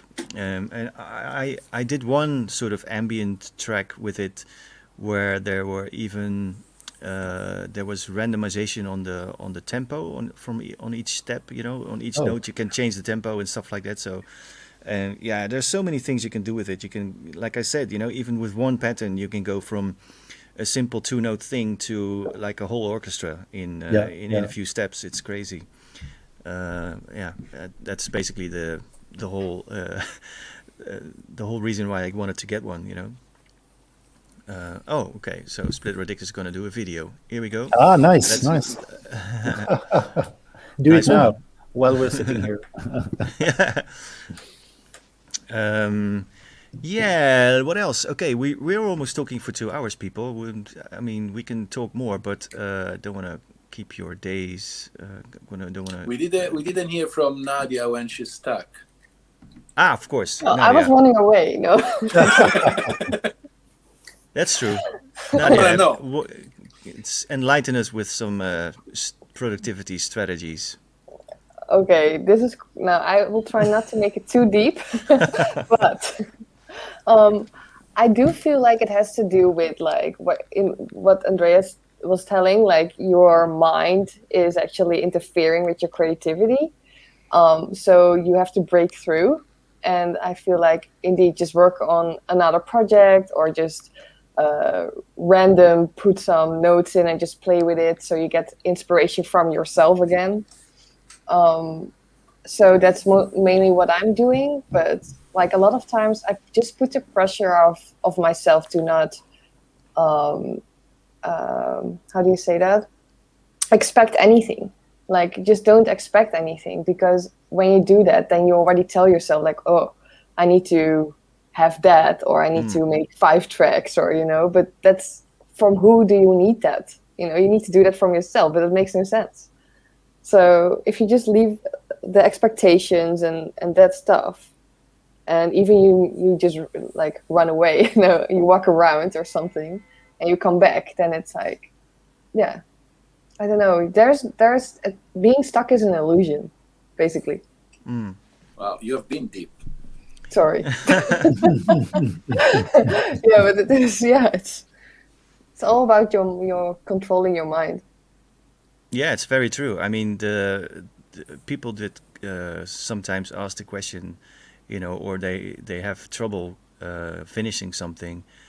Their only strategy is to just keep going on that one track or that one problem, and of course, if you get stuck at some point, or if you don't feel it at a certain moment, that's not your only option. You know, you can do anything rather than just keep on going and trying to polish the turd. You know, I mean, if it's not working, just leave it. You know, fuck it, just bin it, start something else.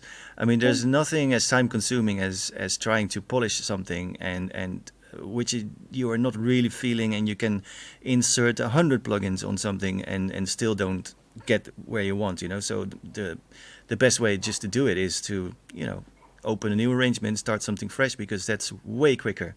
You know, the usually when you start something, things come together in a matter of probably, you know, it can be minutes even, you know, and if it doesn't go anywhere in half an hour or an hour, you know, it's better to just erase and start over than to try to you know, keep going in that one singular direction all the time.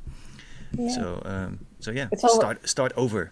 Yeah, it's actually already great that you put your time and effort in to make music, right? So that should be already the goal. And then what comes out is just like, win. Yeah.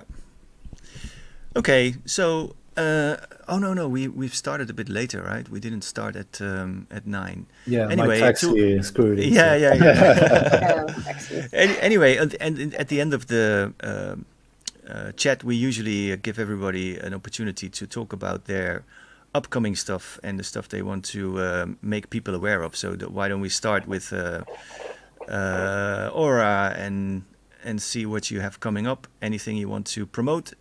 Your channels? Any releases? So yeah, I have a album release, Vento, that is ambient, just came out digitally. If you can reach me on my Instagram, is where I'm more active. So it's my portal to anything else. It's OORA Music. There's 3 albums coming this year that I worked on the past year that I'm very proud of, and like 2 ambient things and 1 techno, more intense. I just working with the labels to us, so still I can't still talk about it, but there's gonna be a lot of stuff coming. So yeah, I'm pretty excited about the future. Cool. Yeah, and I would definitely encourage people to have a look at your Instagram and your YouTube channel, because your videos are very interesting and definitely worth watching. I need more. I need new headphones. So yes, if you want to support me, buy stuff on Bandcamp, and those are expensive ones. And now it's like I'm done. I can't do music anymore. But yeah, Instagram. It's like I try every day to put stuff and it's mostly just exercise, and it's my way to relate with my audience and my people. It's more of a community that we have there, and it grow up very fast, and it's great because I keep in touch with almost everybody, and there's a lot of ideas and stuff coming there, and yeah, it's a beautiful place to be in touch with other musician or a synth lover or whatever. So yeah, find me there. I'll be there. Awesome. Yeah, definitely we'll check it out. Andreas, anything from you we can look forward to? Not really, because I put out an album 2 days ago. So. Yeah, okay. Well, talk about that then. Yeah. I recorded it a year ago, and it's been delayed. Apparently, there's this pandemic somewhere. So I got the vinyls like two weeks ago, and it's my 3rd TM44 album. And I know every artist always say that the new one is the best, but I really do think it this time. Like it's like if I had to range my my 3, 4, or 4 albums, the new one is the best. The first one is the second best, and the second album is the second best. The third best. So that one is out since 2 days ago. I know that Clone has it. I'm not sure if other record stores has gotten it already, but yeah. And obviously, I don't have any shows, just like everyone else. I'm gonna do a sort of big concert or live set in a Swedish ancient club in early March. That is going to be live broadcast. An ancient club? Yeah, it's really from Viking club. It's more what do you say, it's not really where techno music is happening. It's more for the greater art.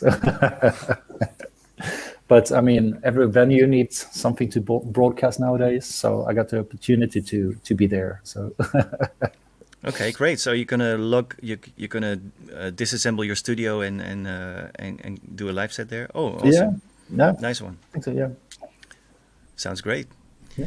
Cool. Nadia, you have an album coming out as well, right? So yes. Where can people find it?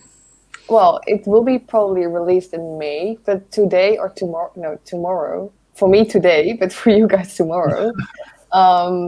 There is already the EP that is actually upfront the album that comes out will be announced.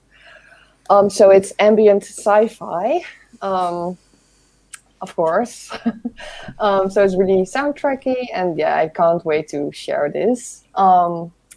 And what else? Oh yeah, I'm gonna stream every day. So I'm gonna be on my Twitch, and I'm gonna stream music and everything, and just I really miss the connection with people. Also because we can't play, I think, and I think this is how I like to maintain, and hopefully doing something with OORA.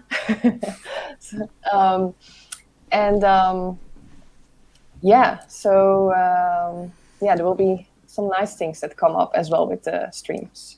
So what are the streams about? Is it just you talking about music, or are you actually doing tutorials? What can we expect there? I'm gonna try out new plugins and hardware and stuff. So it's actually indeed learning with Nadia. Also I'm gonna make every day a track because I'm pretty quick in creating tracks with Ableton and stuff. So I'm gonna just create new tracks, and for questions you can just ask me.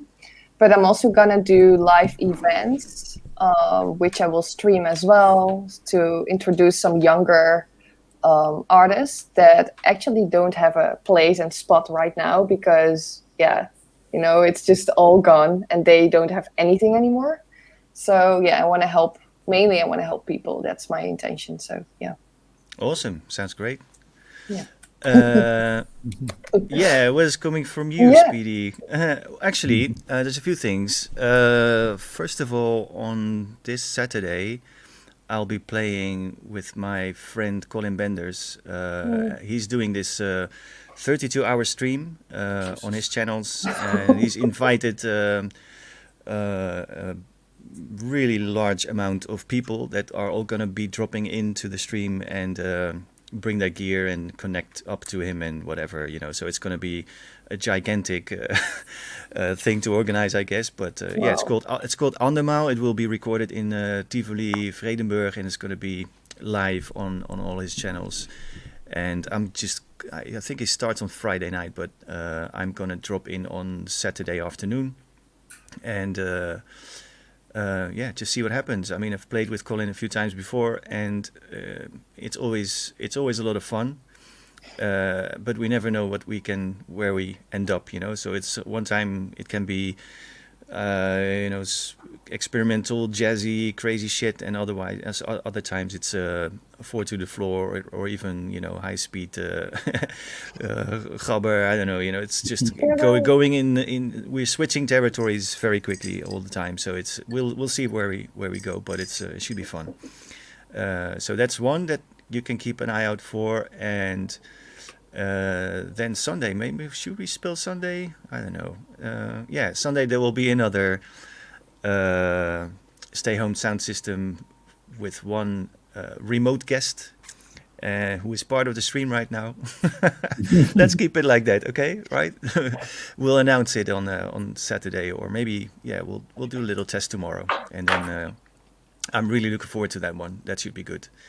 And plus, for people who don't know, we have a Twiddlers Hangout Discord server where we connect with people outside of the stream. So it's, if you can't get enough talking about gear and making music and strategies to be productive, whatever, then have a look there. It's a really nice community. I'm learning new stuff every day, and it's a really nice place to hang out if you're interested in this subject. I think that's about it.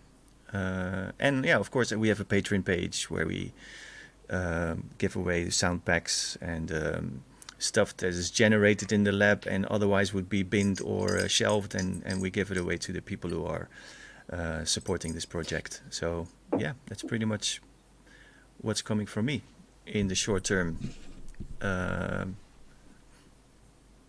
So unless anybody has any urgent things to drop it like it's hot. This is your chance.